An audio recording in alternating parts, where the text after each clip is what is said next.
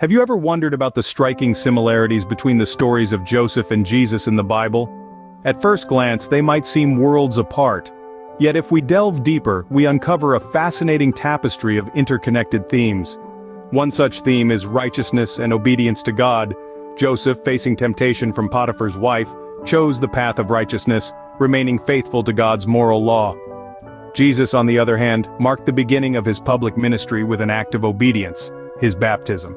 This act fulfilled all righteousness as Jesus identified with humanity's sin and need for redemption. Another parallel lies in the divine presence and favor. Joseph, even in the confines of a prison, found favor in the eyes of those around him because the Lord was with him. Similarly, at Jesus' baptism, the heavens opened, declaring him as the beloved Son. In both narratives, we see a clear illustration of divine favor and presence, which not only validates but also strengthens those who are part of God's redemptive plan. Both Joseph and Jesus' stories mark a significant transition point in the grand narrative of redemption. Joseph, once a slave, found himself rising to prominence in Egypt, a key figure whose strategic foresight would save a nation during a time of famine.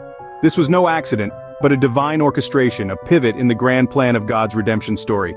Just as Joseph transitioned from prisoner to savior of Egypt, so too Jesus, through his baptism, initiated his earthly ministry. This profound moment marked the beginning of his path towards the cross, a journey destined to bring salvation to humanity.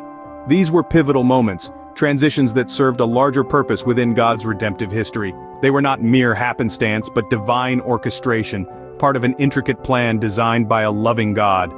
Through the stories of Joseph and Jesus, we learn about faithfulness under trial, divine mission, and the overarching narrative of redemption woven throughout the Bible.